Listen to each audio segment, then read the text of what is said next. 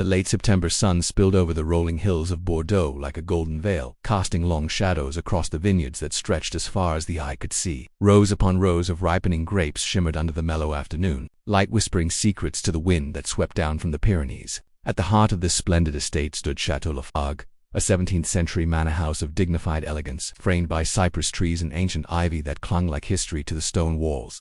It was here that the Largent Vintage Gala was being held, an annual event that brought together wine collectors, vintners, and aristocrats from across Europe. But this year a particular guest lent the gathering an extra touch of distinction. Monsieur Hercule Poirot, the famous Belgian detective, had accepted the invitation, albeit reluctantly. I find these country gatherings full of too much walking, too much standing, and far too little regard for one's shoes. Poirot had grumbled that morning as the taxi bumped along the gravel drive. Still, the reputation of Château Largent's premier cru cannot be ignored. Poirot's arrival had been met with a mixture of admiration and veiled suspicion. Not that he had any official reason to be present, his invitation had come via Madame Élodie Lefebvre, the current proprietress of the chateau and widow of the late Gaston Lefebvre, who had once briefly employed Poirot's services in a matter too discreet to ever be made public. Inside the great hall, the scene was resplendent. Chandeliers of Venetian crystal, long mahogany tables laden with silver platters, and the unmistakable aroma of cedar, truffles, and old wine. Waiters in crisp uniforms flitted about carrying glasses of Largent, 1899, the estate's legendary vintage, so rare that even seasoned collectors referred to it in hushed tones. The guests were mingling, their voices humming like bees around a rosebush. Among them were some notable personalities. Philippe Lefebvre, Élodie's only son, a tall, tense young man with sharp cheekbones and a nervous energy that unsettled the air around him. Colonel Archibald Godwin, retired from the British Army, with a booming voice, scarlet face, and a mustache that would make even Poirot raise an eyebrow. Odette Roux, a striking wine critic for Le Vin Moderne, known equally for her caustic reviews and devastating charm. Georges Marin, the vineyard manager, stooped, weathered, and quiet, with skin like leather and eyes like flint. Lucien Morel, a rival vintner from the nearby domain Saint Croix, who walked with a cane and carried himself as though the world owed him something. And of course, there was Élodie Lefebvre herself, a woman in her late 50s, elegant as a swan, with silver hair swept into a chignon, and a voice as soft as lavender. She stood at the head of the hall, beside a tall pedestal upon which sat an open bottle of the famed Largent 1899. Madame et Messieurs, Élodie's voice called out gently but firmly, commanding instant silence. Before dinner is served, it is our tradition to offer a toast to the land, to the vines, and to the memory of my husband, Gaston. Glasses were raised, the wine shimmered a rich garniture in the candlelight. To Gaston they echoed, though not all with equal sincerity. Poirot raised his glass, though he sipped little. A good wine does not shout, he murmured to himself. It whispers. As the clinking of glasses subsided and conversation resumed, the door at the far end of the hall opened abruptly. A figure entered, Inspector Claude Menard of the Bordeaux police. His presence was not only unexpected but wholly uninvited, and his stern expression caused several guests to pause mid-bite or mid-sentence. He strode toward Élodie with an apology on his lips and a folded telegram in his hand. Madame Lefebvre, forgive me. I must speak with you privately immediately. The two disappeared into the drawing room. The guests whispered behind gloved hands and delicate fans, stealing glances at the door as though expecting it to burst open again. Philippe Lefebvre's glass trembled in his hand.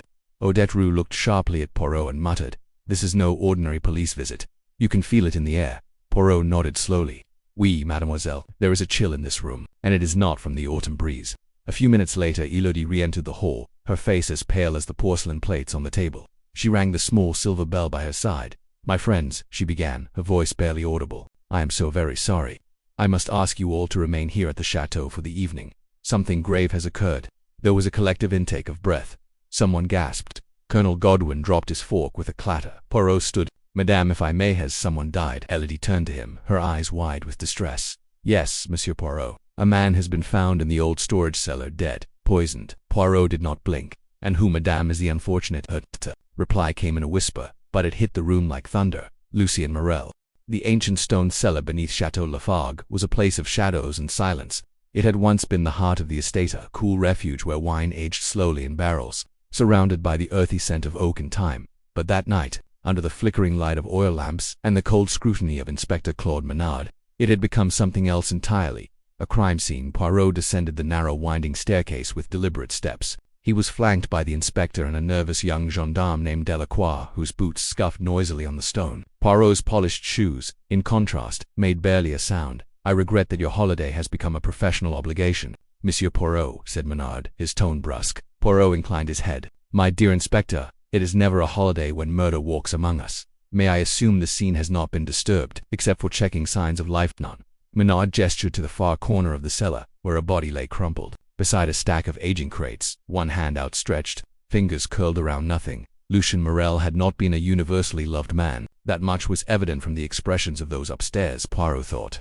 Still, death brought with it a silence that demanded respect. He crouched beside the body, hands clasped neatly behind his back.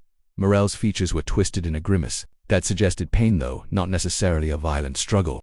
His cane lay beside him, its brass handle stained with dust. A half-filled wineglass rested precariously atop a nearby crate. Untouched since it had been placed there, Poirot sniffed the air.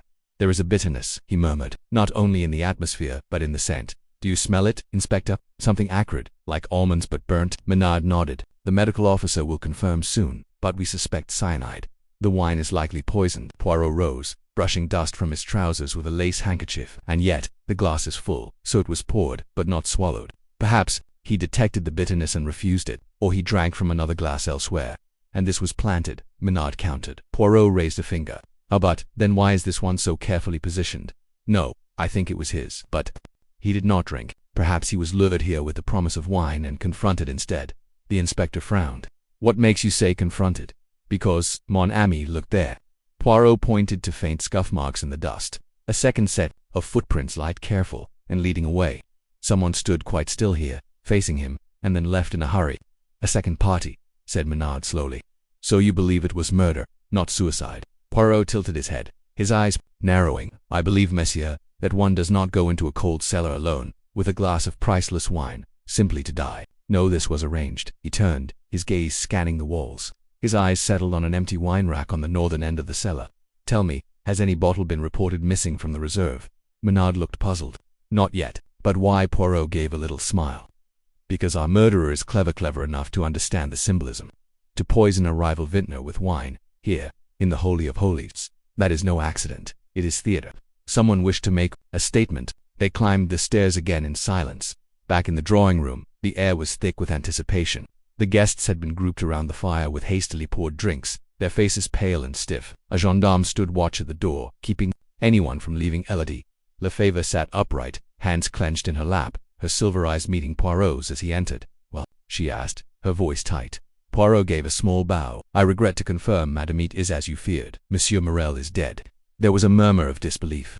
Philippe Lefebvre gripped the back of a chair with white-knuckled fingers. But suicide. Surely Lucien was unpredictable. He had enemies. Poirot raised an eyebrow. Indeed he did. May I ask, Monsieur Lefebvre, did you see him this evening? Philippe blinked. Briefly. During the reception, he congratulated my mother. He said something rather cryptic. Not every bottle tells the truth. Then he walked away. Poirot turned to Odette Roux and you. Mademoiselle, she looked startled. I didn't speak to him, but I saw him arguing with Georges Marin earlier by the old well in the garden.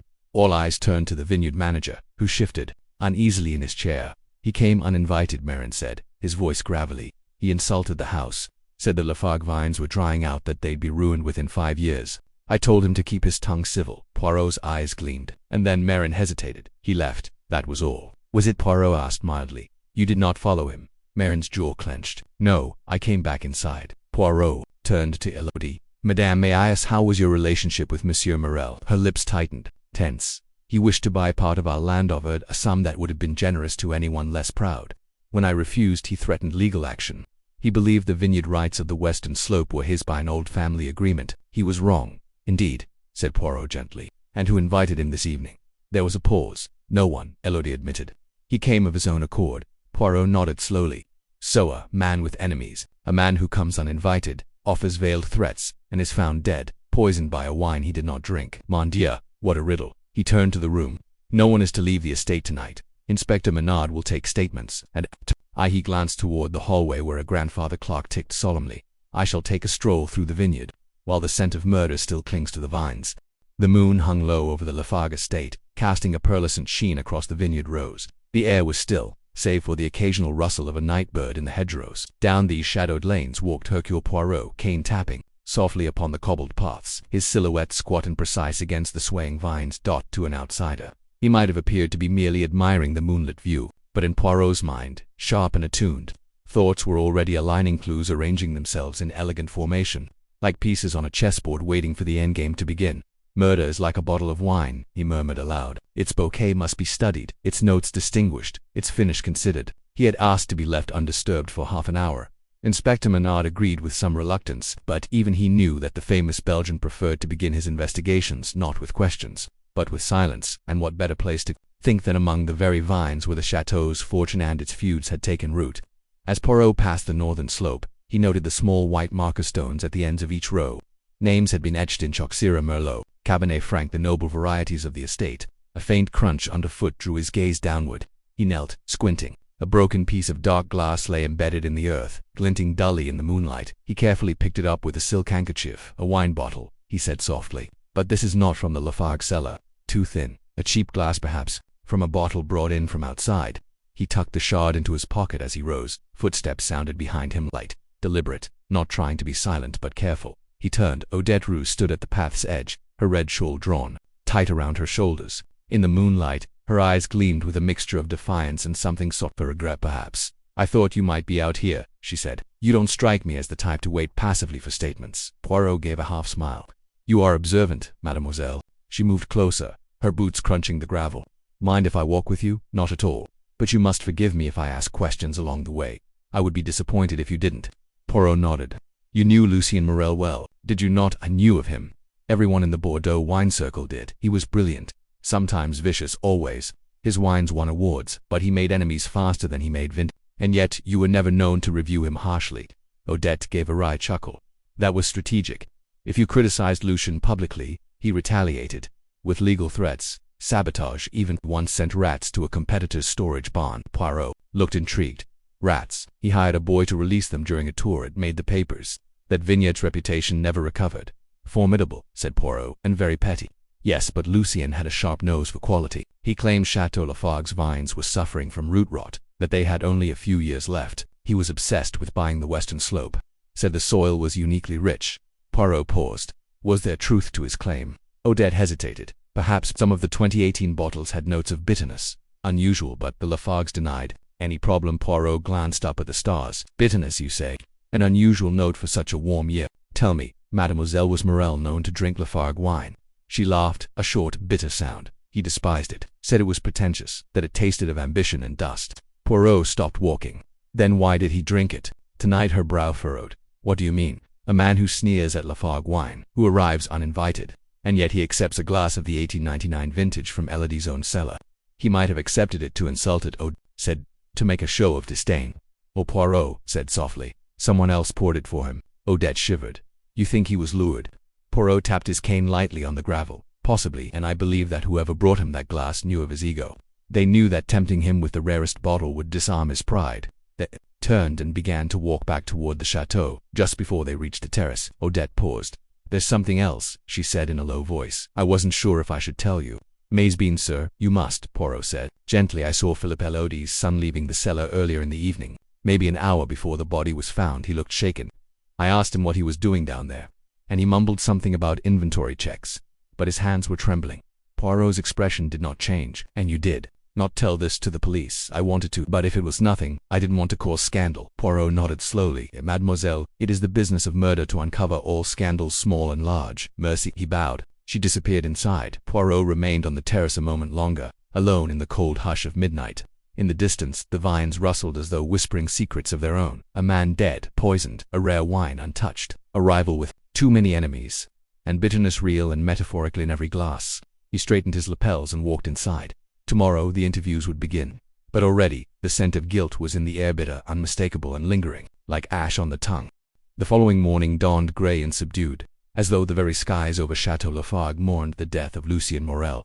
Mist hung low over the vineyards like a veil drawn in sorrow, muffling the early sounds of the estate, boots on gravel, shutters creaking open, coffee being poured with solemn hands, inside the grand salon. However, activity had begun in earnest. Inspector Claude Menard had commandeered the small writing room adjoining the library, and there, under the gaze of oil portraits and dusty bookshelves, the interviews commenced. Poirot, though not officially part of the police investigation, had been granted permission to sit in. It had not required much convincing. "Let us take it in the order of opportunity," he had said to Menard over breakfast. "From those who saw Morel last, to those who might have reason to see him gone," Menard grunted. "Let's hope we don't find too many who fit both categories." The first to be questioned, Philippe Lefebvre. The young man entered stiffly as though already anticipating guilt. He wore a black jacket too tight across the shoulders, and his jaw was set in a grim, youthful attempt at defiance. But Poirot, watching carefully, saw the tremor in his right hand as he took a seat. Philippe, began Menard, not unkindly, can you tell us about your whereabouts last night between dinner and the discovery of the body? I was walking, Philippe replied, around the orchard near the chapel ruins. Alone? Yes. No one can confirm that. Philippe shook his head. Poirot leaned forward. You had an argument with Monsieur Morel in recent weeks, did you? Not. Philippe's jaw clenched. Yes. He insulted my father's memory, said my mother was trying to preserve something that was already dying, referring to the vineyard. Yes, he believed we should sell him the western slope. He said he could make it produce real wine, whatever that meant. I told him to get off our land. And did you know he would be at the gala? Philippe hesitated. No, I assumed he would keep away. He wasn't welcome. Poirot tapped his fingertips together, and yet, you were seen coming from the cellar earlier in the evening. There was a pause. Yes, I went to fetch a bottle. I wanted to toast my father's memory before the formal toast. Alone with which wine? The 2001, my father's last full vintage before his stroke. Poirot tilted his head. And did you see Morel in the cellar? No, Philippe said quickly. There was a silence. Menard jotted something in his notebook. You may go, he said at last. Philippe stood, shoulders bowed. Poirot's gaze followed him as he left. Next, Georges Marin. The vineyard manager Marin entered like a man used to weathering storms with a bowed back and mud on his boots, though his eyes were clear. He removed his cap respectfully and sat, with both hands resting on his knees. Marin, said Menard, you had words with Morel yesterday. He was speaking filth about the vines. Said they were dying. He liked to get under the skin, and did he? Marin's lips twitched. Yes, I lost my temper. I've worked these fields since before Philippe was born. I won't have some overpuffed charlatan from St. Croix sneer at our soil. Where were you between 10 and 11? I was tending the fermentation tanks. You can ask Lucette, kitchen maid. She passed by and saw me there. The smell of sulfur nearly choked her. Poirot asked softly, and what of the cellar? Had you been down recently? Marin's eyes shifted. Not since morning. I took inventory before the gala. Everything was in place then. Everything? Poirot asked. No bottles missing, no unusual movements. No, Marin said flatly. You are certain? Poirot's voice was gentle, but piercing. Baron paused. Well, the rack with the old Lafargue 1899 was ajar. But I thought someone had taken one for the toast. Thank you, Poirot said. You may go. As Marin stepped out, Poirot leaned toward Menard. He lied about the bottle, but not about where he was seen. Curious. Next came Odette Rouchet, entered, composed her notebook, still in hand from the early morning hours when she had been seen jotting notes in the garden. She took the chair like a guest at a salon, not a suspect in a murder. Your observations, Mademoiselle, Poirot began, are often more keen than many men's truths. I hope you will permit a few direct questions. She gave a small smile. Of course you say you saw Philippe returning from the cellar. Yes, just before the toasts began. He looked flushed and evasive. Did you see Lucien Morel after that? No, not until I heard the alarm. Poirot steepled his fingers. Mademoiselle, you are a critic of wines, yes, but also of people. Tell me, who among last night's guests hated Morel the most? Odette did not hesitate. Élodie Lefebvre. Poirot arched an eyebrow. Not Philippe. Philippe resented him. Élodie despised him. Why? Because Morel was correct. The vines are failing, and Élodie has staked everything on hiding that fact. Poirot's eyes glittered. Et voilà, merci, mademoiselle. Finally, Élodie Lefebvre, matriarch of Château Lafargue, entered with all the poise of a woman who had outlived scandal, heartbreak, and harvest failures. Her pearl earrings trembled only slightly as she took her seat. Madame Lefebvre, said Poirot, standing as she entered, forgive the bluntness of this situation. You are forgiven, Monsieur Poirot, but you will not find guilt in me. We shall see. May I ask why did you keep the 1899 vintage in reach of the public? It was under lock, but the cellar is old. Locks mean little to those who know their way, who knew the combination. Myself, Georges, possibly Philippe if you watched me closely over the years. Did you serve Morel a drink? She shook her head firmly. No, I saw him only once just before the toast. He said something cruel. I ignored him. I had no intention of honoring his presence. Yet he somehow obtained a glass of 1899. Yes, she said with steely calm. Which means one thing, Monsieur Poirot. Someone stole from me and then they murdered a man using my wine. Poirot bowed his head slightly. Merci, madame. That will be all. When the interviews concluded, Poirot and Menard stood alone. In the room, notes laid out between them like cards in a gambler's hand. Do you believe it's the son? Menard asked. No, said Poirot. He is foolish, emotional but not cunning. The killer is clever, Inspector, very clever. They knew the value of appearances. They used the Lafargue 1899 like a dagger in a velvet sheath. And your next step, Poirot smiled faintly. I should like to examine the guest rooms, particularly Monsieur Morel's. and perhaps a discreet word with the kitchen maid Lucette. Often, it is the one who passes through rooms unnoticed, who sees the most.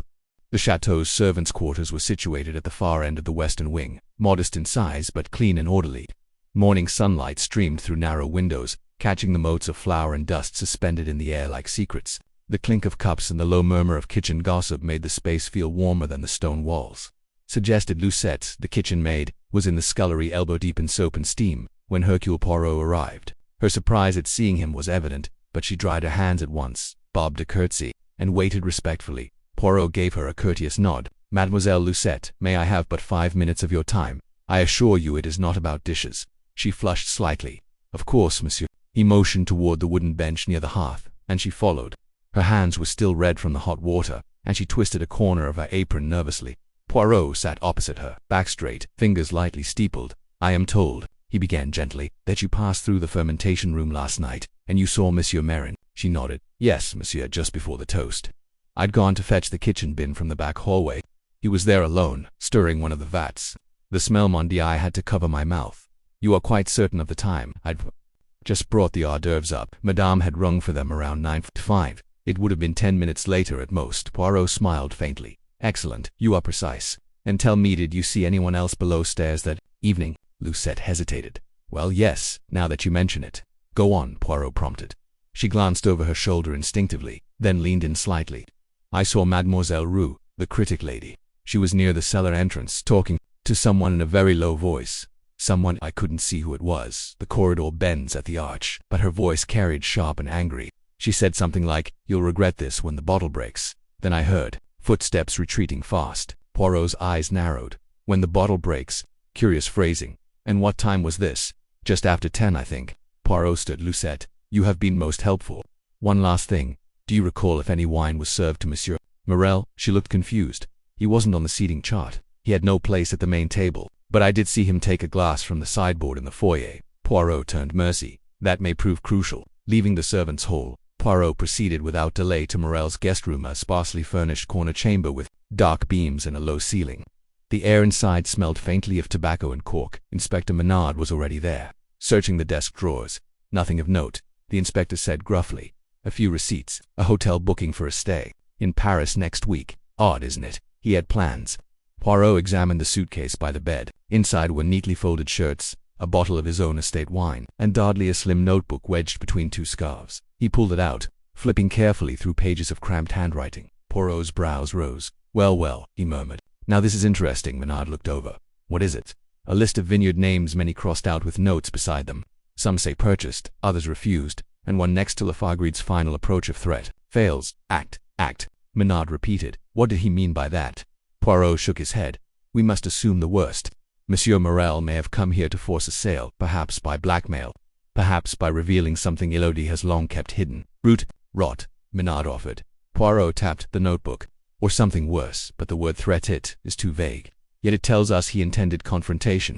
He moved to the small side table. On it lay a corkscrew, a pair of gloves, and something that made Poirot pause. A folded invitation card from the chateau's gala. But it was addressed to Odette Rue. "Why," Poirot said softly, "does Lucien Morel possess Mademoiselle Rue's invitation?" The answer hung in the air, heavy and silent. Returning to the main drawing room, Poirot found Odette gazing out over the vineyard through the tall French windows. The sun had finally burned through the mist, and the vines now glistened with dew. "Mademoiselle," Poirot said, "I wonder if you might clarify something for me." She turned, her expression guarded, of course. Poirot held up the invitation. "This was found among Morel's belongings. It bears your name." Odette stiffened. "He must have taken it." Poirot tilted his head. "Why?" She sighed. "He wasn't invited. He begged me to help him get in, said he needed to speak with Elodie privately. I refused, but I left my bag unattended for a moment during the wine exhibition at the Hotel Beauclair. I believe he stole it then." "And you did not report this?" "I was embarrassed," she admitted, "and a little afraid." "Afraid?" Odette's eyes glittered. "Lucien had a temper. He threatened to reveal something I wrote about Lafargue, private assessment I'd made for a buyer. He must have intercepted the report. And was it damaging?" She hesitated. "Yes, it detailed signs of decay in the roots, suggestions of poor drainage. If it had reached the wrong hands, it could have devalued the estate overnight." Poirot regarded her for a long moment. "Then you had motive, mademoiselle." "I had fear," she said, "but I didn't kill him." Poirot bowed his head.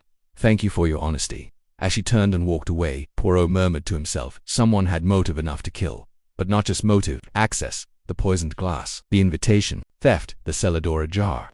It is a dance. Yes, but who is leading? Back in his room, Poirot laid out the facts on his writing desk, each written carefully on an index card. Lucien Morel, uninvited, arrives with intent to blackmail, poison, cyanide undrunk. Glass found near body Lafargue 1899. Philippe seen leaving cellar.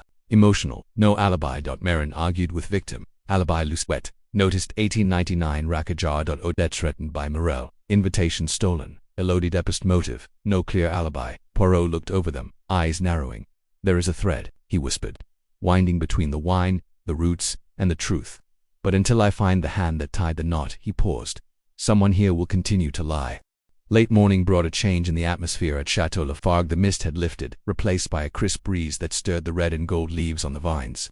But inside the chateau, the tension remained as thick as the scent of polish and pipe smoke. Breakfast was taken in quiet corners, conversations reduced to wary glances and murmured half-truths. Hercule Poirot, however, was not one to waste a morning. He had arranged to meet Georges Marin, the vineyard manager, in the archives room, where generations of meticulous Lefebvre records were stored, barrel rotations, climate logs, acidity reports, and most importantly, soil assessments. It was here that Poirot believed he might find the key to Morel's threats, and possibly to his death.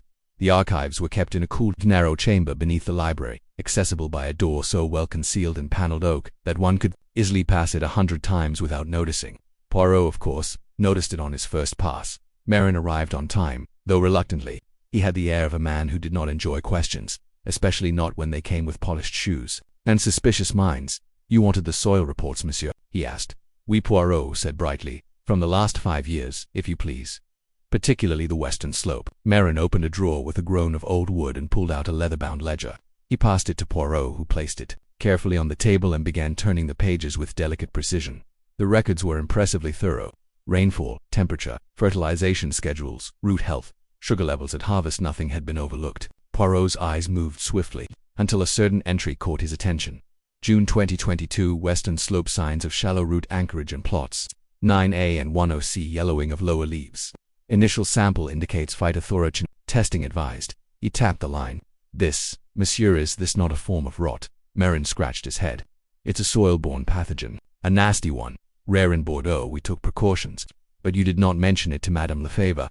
Marin looked cornered. She wouldn't hear of it. Said it would panic investors. She ordered me to stop recording the symptoms in the official books. Poirot's brows rose. So you kept 2 sets of records. I kept the real one separate. For myself, in case it all went wrong. Poirot tapped the table. And did Lucien Morel know of this second book? Marin paused. Not from me. But he sniffed something. He once asked me if I was burying rot with roses. I said I didn't know what he meant, but it rattled me. Poirot nodded slowly. It should have. Thank you, monsieur. As Marin left the room, Poirot stood and ran a gloved hand along the spines of the ledgers. So many years of knowledge, so many things preserved, and so many hidden. Returning upstairs, Poirot passed Philippe Lefebvre in the corridor. The young man looked pale, harried. Monsieur Poirot, he said quickly. Do you have a moment? But of course, Poirot replied, folding his hands. I must tell you something. I lied last night, about the bottle I fetched from the cellar. Poirot raised an eyebrow. Mon ami, confession before inquiry is always suspicious, but go on. Philippe swallowed hard. It wasn't the 2001 vintage, it was the 1899. Poirot's eyes gleamed. Indeed, I took it because I was afraid my mother would open it in front of everyone. I thought maybe it had turned. The seal was loose. I was worried it would embarrass the house. So you removed it. I took a single bottle to test it. I opened it in my room, poured a little into a glass, and it tasted strange. Flat, bitter. You didn't drink it. No, I poured it out. I swear it. Poirot said nothing for a long moment, and the bottle in my wardrobe. I was going to return it this morning. Replace the cork. Take me to it if you please. They walked in silence to Philippe's room. The young man pulled open a lacquered wardrobe and reached behind a row of jackets. Sure enough, there was a half-empty bottle of Château Lafargue 1899. Poirot took it carefully, examined the cork, and then lifted it to his nose. He froze. Ah, he whispered. The ghost of almonds. He turned to Philippe. You are lucky to be alive.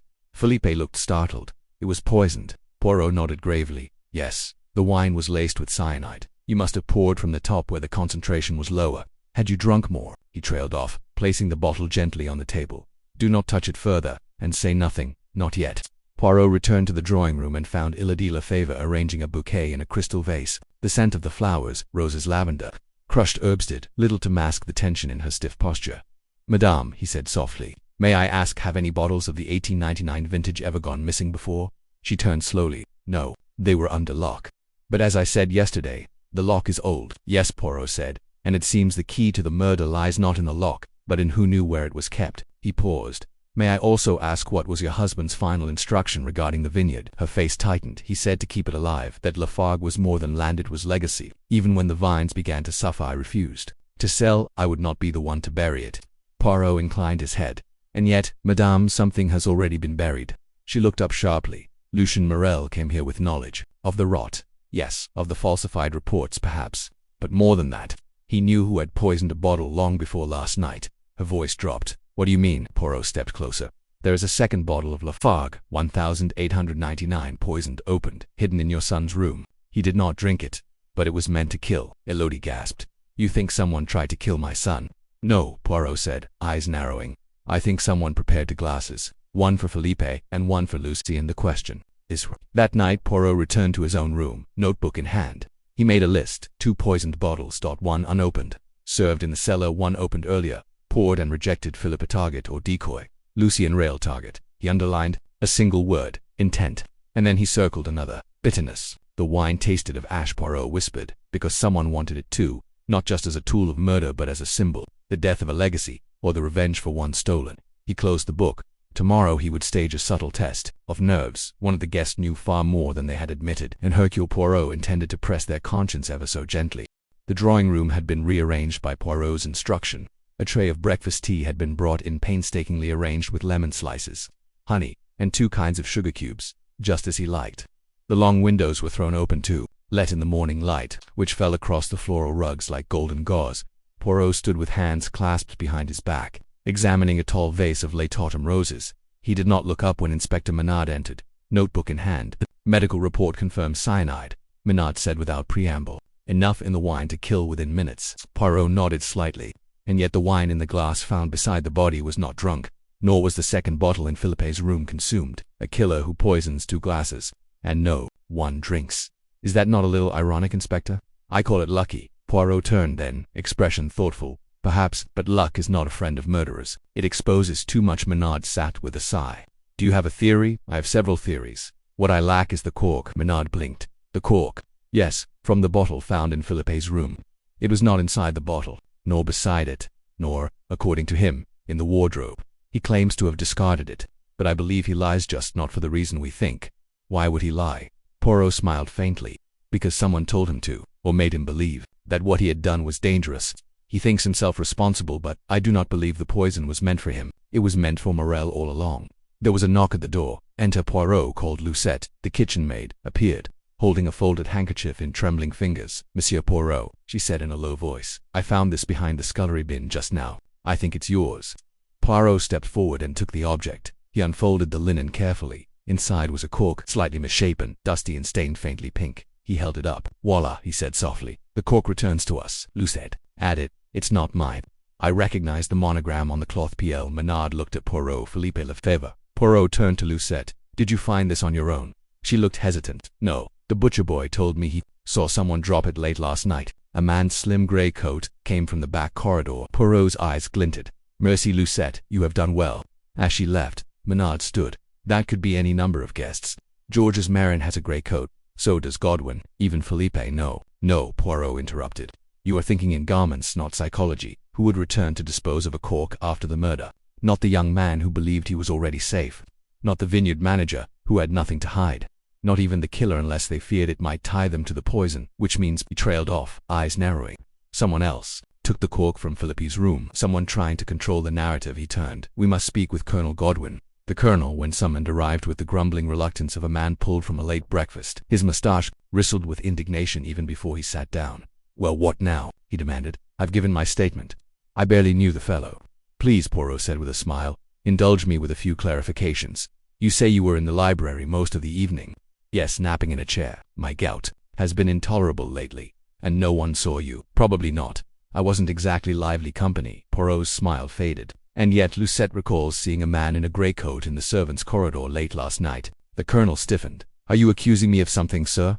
I am merely observing a possibility, you see. The cork from a poisoned bottle was found discarded behind the scullery bin, wrapped in a handkerchief monogrammed P.O. Ruddy face paled slightly.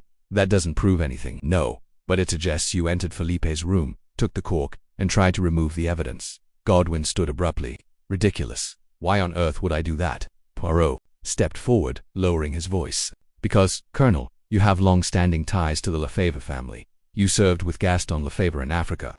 You owe a loyalty to Elodie, perhaps, or perhaps you acted on her instruction. Godwin's mouth opened but no sound came. Nodded slowly. You believed Philippe had poisoned Morel, and you wished to protect him. So you removed the cork. You thought it was nothing, but in doing so, you inserted yourself into the affair. The silence in the room was heavy. Finally, Godwin sat back down. I didn't kill anyone, but I did go into the boy's room. I saw the bottle. I thought, God help me, I thought he'd done it. So I removed the cork, wrapped it in what I could find, and planned to burn it. But I dropped it. Poirot nodded. You have been honest. I thank you. But, Godwin added, gruffly, I still say this whole business is poisonously over. Poirot raised an eyebrow. As most crimes are, Colonel, especially when the motive is pride. Later that day Poirot returned to the vineyards, this time not alone. He was accompanied by Odette Roux, who walked beside him in a long burgundy coat, her pen tucked behind one ear. You wanted to see the slope? She asked. Poirot nodded. The western one. The site of all these disputes. Tell me, mademoiselle, do you believe Elodie Lefebvre capable of murder? Odette paused.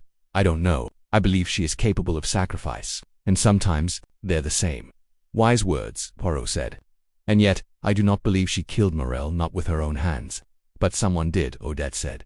And they did it for the vineyard, or for her, or both. They reached the ridge. The view was magnificent, rolling fields, distant smoke from the village, the neat rows of vines undisturbed by the chaos of murder. Poirot stopped, bending slightly to examine the base of one vine. Its leaves were yellowing.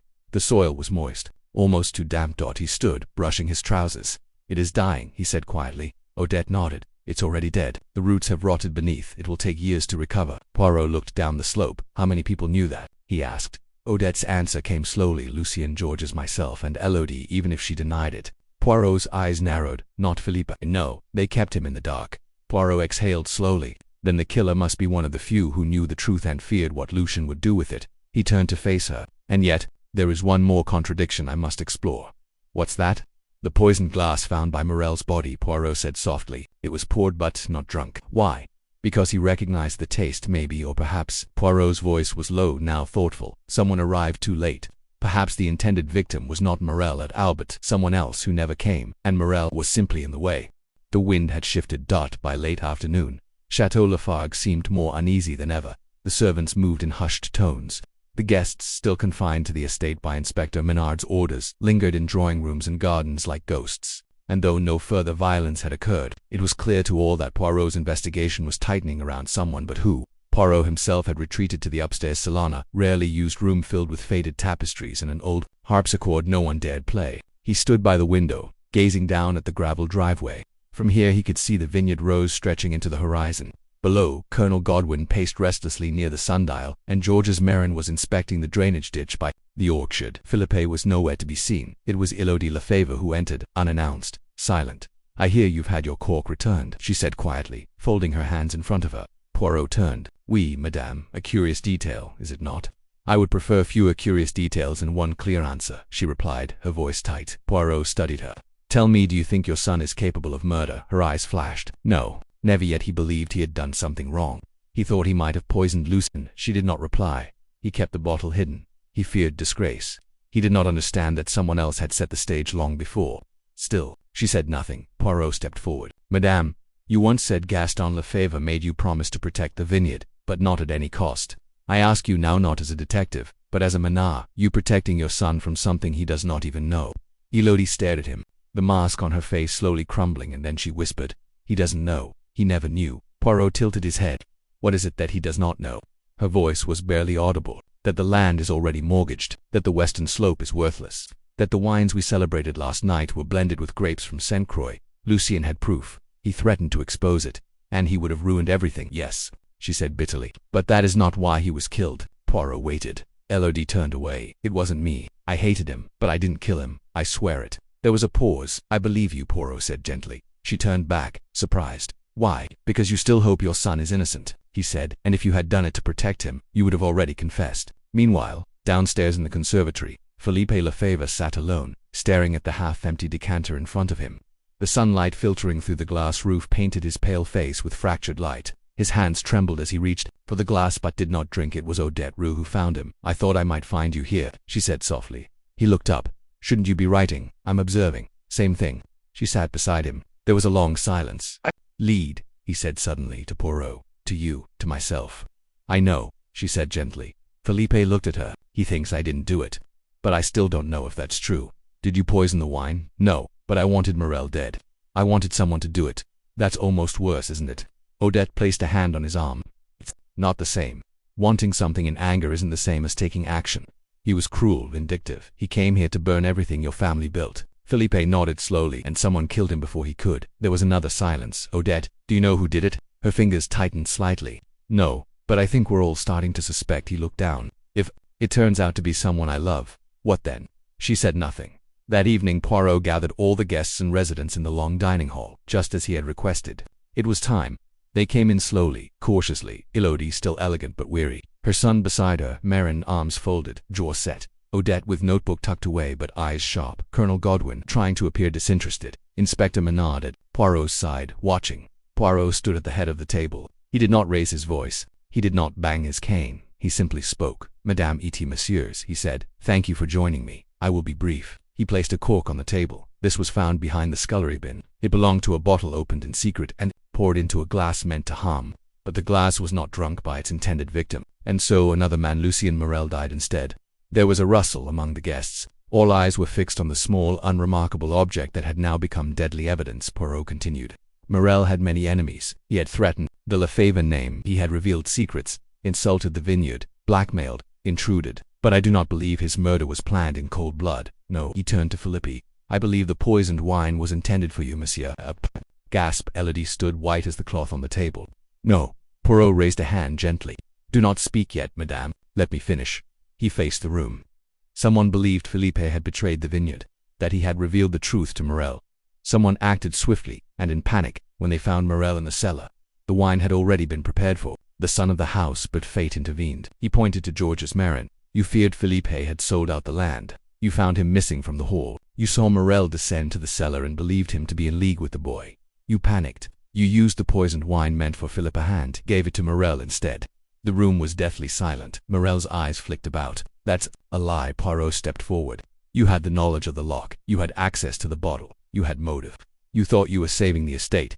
"No," Marin shouted. "I didn't." Poirot's voice cut through. "You told Lucette the wine racks were untouched, but later admitted the 1899 was ajar. Why lie unless you had reason to fear what that rack contained?" Marin said nothing. Poirot pressed on. "You hoped Morel would drink and die quietly, but he suspected the bitterness. He didn't swallow. Then he fell, panicked, in shock. Perhaps he tasted enough. Perhaps the stress killed him as surely as the poison." Elodie stared at Marin. "You thought Philippe was the traitor." "I thought." Marin's voice cracked. "I thought you all were going to sell to Roy that everything we'd worked for was over." Poirot nodded. "And so you tried to silence the one man you feared would expose it all." Inspector Menard stood. "Georges Marin, I must ask you to come with me." Marin didn't resist. As he was led away, Poirot turned to the rest. "A vineyard is like a family," he said. "It flourishes in truth and dies in rot. This crime grew from lies, but lies, mes amis, leave roots that twist and choke." He turned to Philippe. "You are innocent, monsieur. But now you must ask, what legacy will you build from what remains?" The following morning the chateau stood in hushed stillness. No carriages came. No servants gossiped. Even the birds in the cypress trees seemed to chirp more cautiously. The formal arrest of Georges Marin the previous evening had shocked the household into a kind of numb civility.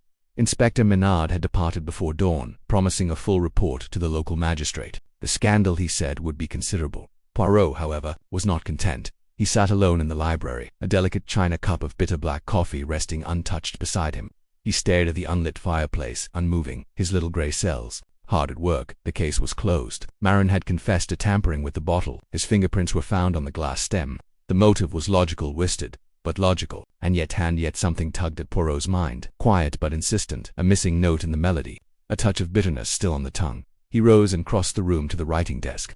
There he laid out the now familiar index cards. Morel, found dead in the cellar, glass of 1899 near the body, contents poisoned with cyanide. Bottle number 1, hidden in Philippe's wardrobe, half drunk, unopened by him. Bottle number 2, found poured for Morel, undrunk. Philippe, anxious, ashamed, but innocent, determined to protect her son and the vineyard, but no opportunity. Odette Rue, frightened, manipulated but insightful. Colonel Godwin, loyal, interfered with evidence. Georges Marin confessed. Poirot circled the last card. He picked up the cork again, sniffed it and frowned. Something is wrong, he whispered. Not with the crime, but with the confession. He tapped the cork against his lip. Marin said he panicked, that he saw Philippe and Morel together, but no one ever saw Philippe in the cellar with Morel. Philippe claims he never went there again after retrieving the bottle. Morel was found alone.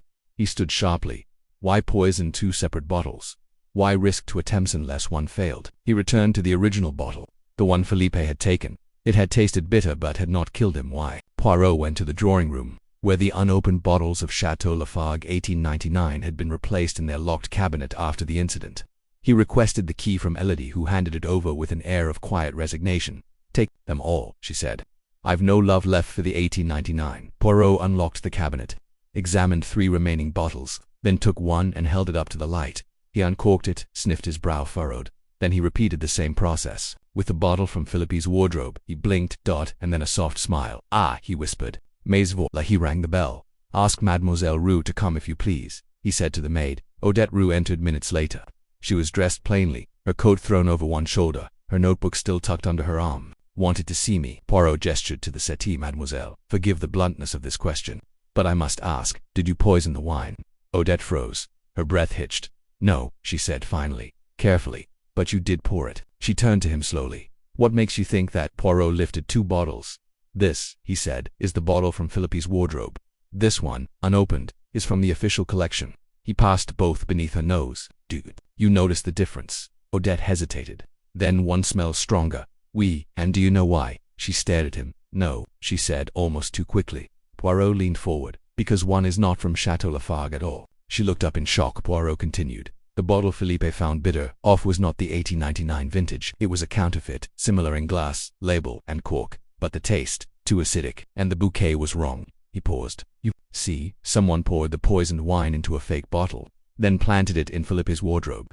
It was never meant to kill him, it was meant to frame him." Odette's hands began to tremble. "I didn't mean to kill anyone," she said softly. "I swear." Poirot waited. Tears welled in her eyes. "I only meant for him to get caught, to be blamed loosely, and he threatened me. Said he'd publish my confidential report on Lafargue if I didn't help him humiliate the Lafargues. He wanted me to pour the wine into Philippe's decanter, make it look like sabotage. I refused. But you kept the bottle." She nodded. "I thought I could use it to stop him. I switched it with a dummy bottle from the cellar and left it in Philippe's wardrobe. I was going to confess after the gala, but then Lucien." She trailed off. Poirot nodded slowly. "Someone else poured the wine into the glass in the cellar. Someone who thought it came from the original collection. But the real poisoned bottle, the one you placed, was never meant to be drunk." Odette whispered. "He made so many enemies." "Yes," Poirot said gently, "and in the end, he fell to his own cleverness."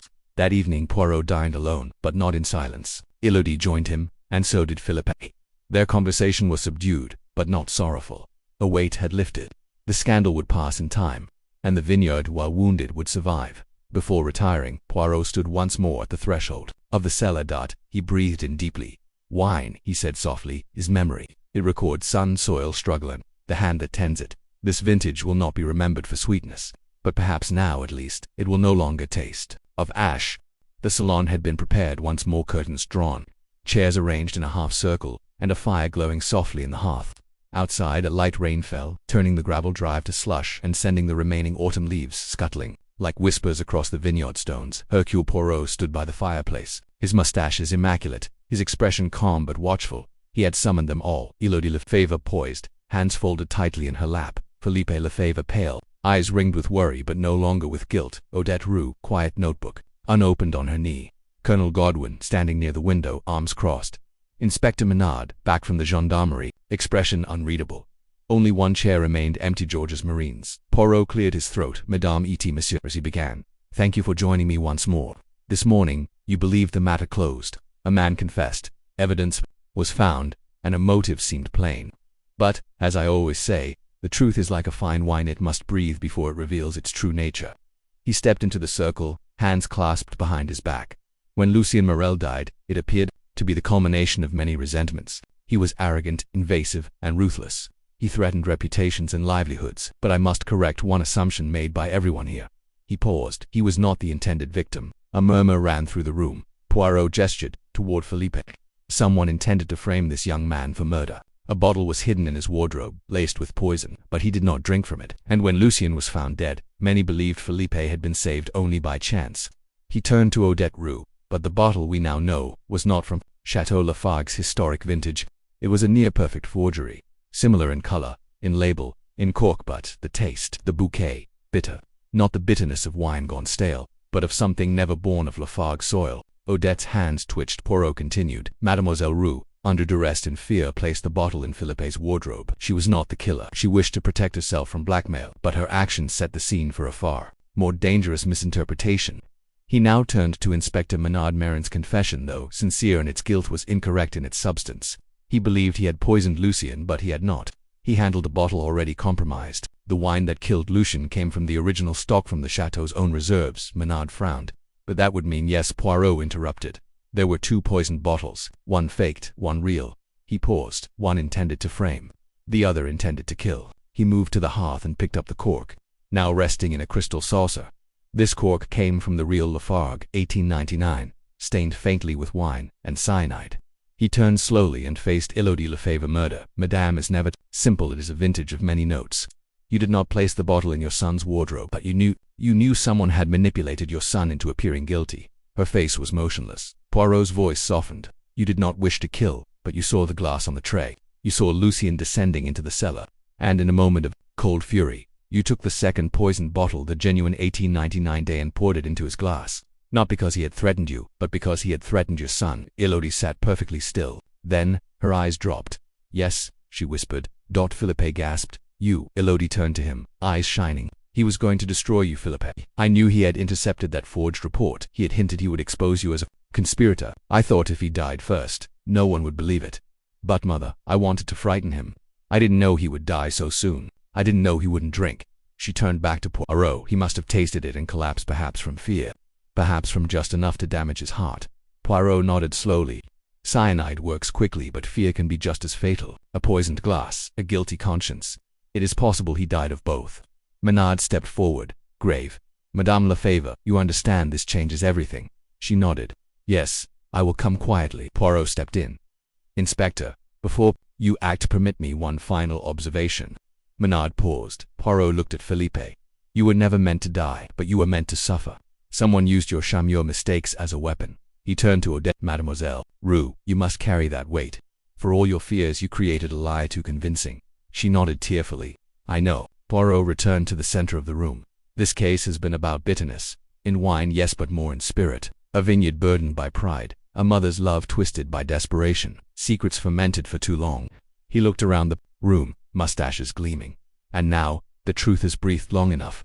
Epilogue. 1 year later in spring, the western slope of Château Lafargue was replanted. Philippe Lefebvre now ran the estate. Odette Roux had left journalism and opened a modest wine shop in Beer. Colonel Godwin remained in touch with Philippe, visiting occasionally for Sunday lunch. That's for Élodie Lefebvre. She served a reduced sentence. Thanks to Poirot's testimony and the court's recognition of her motive, she wrote regularly from a quiet convent near Lourdes. Poirot. He returned to London with a single bottle of the real 1899 and poisoned, unopened. He kept it in his study at Whitehaven Mansions. Unopened. When Hastings asked why he never drank it, Poirot only smiled. Because, mon ami, it is a reminder that some vintages should be remembered, not consumed. That some legacies are too costly to savor. He tapped the cork lightly, then turned away. The case, at last, was closed.